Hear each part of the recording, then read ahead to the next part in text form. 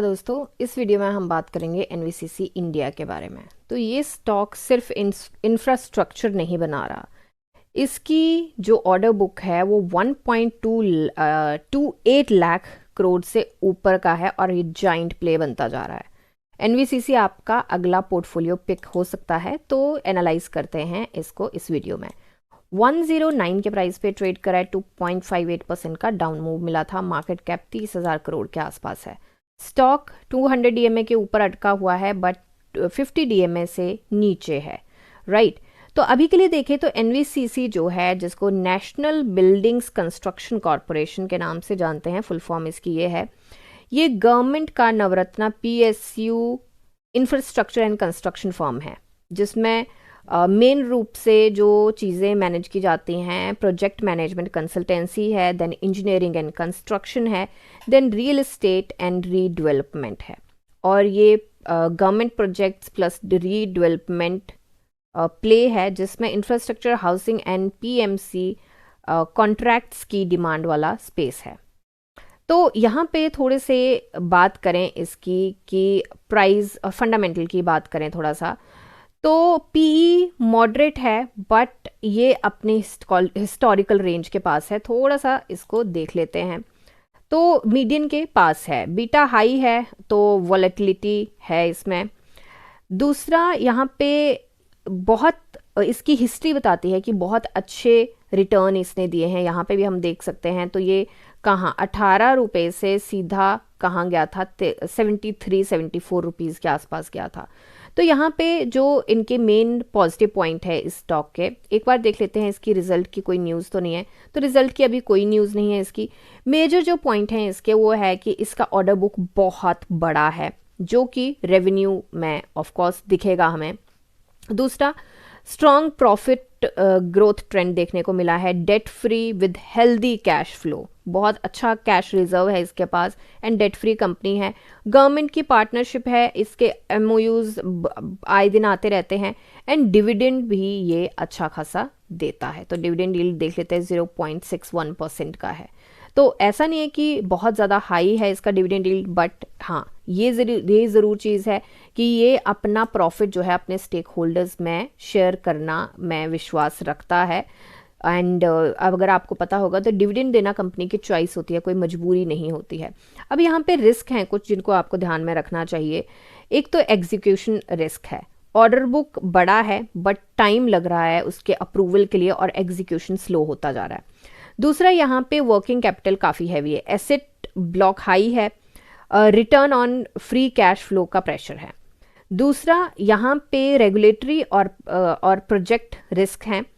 Safety and approval जैसे issues impact कर रहे हैं टाइमलाइंस पे।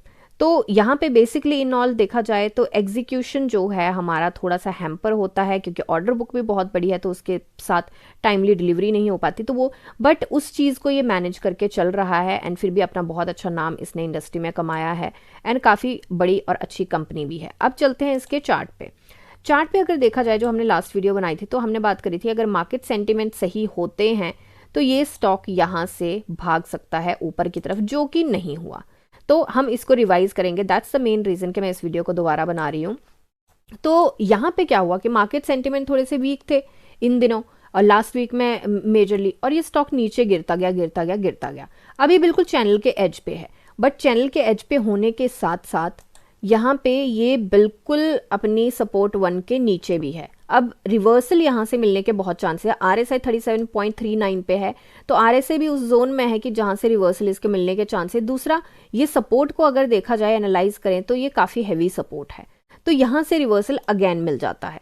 तो अब मेन चीज़ जो है ध्यान में रखने वाली वो ये है कि मार्केट के जो सेंटिमेंट्स हैं वो रिवर्सल लेते हैं नहीं लेते हैं।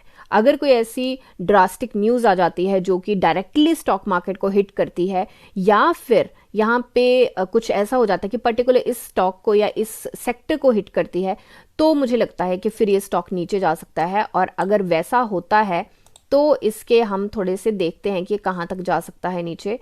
तो दिस इज़ द पॉइंट, 106 107 तक जा सकता है, फिर अगर वो भी स्लिप करता है तो हम देख सकते हैं कि ये स्टॉक यहाँ तक आ सकता है 103 104 के बीच में, बट इसके चांसेस काफ़ी कम लग रहे हैं। फिर भी मैं बोलूँगी कि स्ट्रिक्टली अपना स्टॉप लॉस ज़रूर साथ में लेके चलें, ठीक है।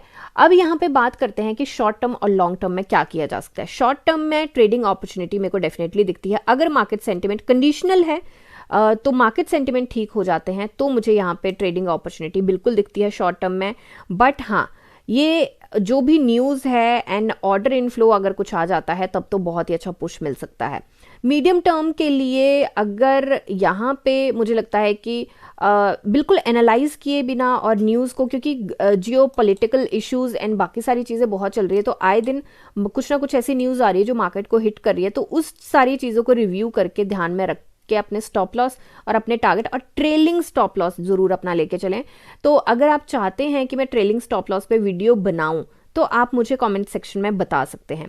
वैसे हमारे कुछ कोर्सेज भी बने हुए हैं, अगर आप चाहते हैं सीखना कि स्टॉक को कैसे एनालाइज करते हैं या कुछ स्ट्रेटजीज जो हमारी RSI को लेके बहुत स्ट्रॉन्ग स्ट्रेटजी हमने बनाई हुई है, जो कि मैंने कोर्स खुद बनाया हुआ है, और कुछ मार्केट साइकोलॉजीज एंड मार्केट को कैसे इमोशनल बाइंग नहीं करनी है, इमोशनल ट्रेडिंग नहीं करनी है, उसके ऊपर कुछ कोर्सेज मैंने बनाए हैं। काफ़ी पॉकेट फ्रेंडली कोर्सेज हैं, बहुत ही यूज़र फ्रेंडली फ़ी है उनकी।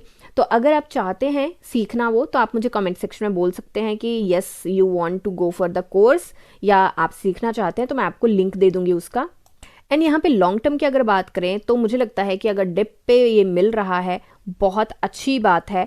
लॉन्ग टर्म के लिए इसका मुझे लगता है कि जो ट्रेंड है वो इंटैक्ट है अभी, तो उस चीज़ को ध्यान में रखते हुए मुझे लगता है कि लॉन्ग टर्म में लिया जा सकता है, बट अगेन रिव्यू करना और ट्रेलिंग स्टॉप लॉस लेके चलना बहुत ज़्यादा ज़रूरी है।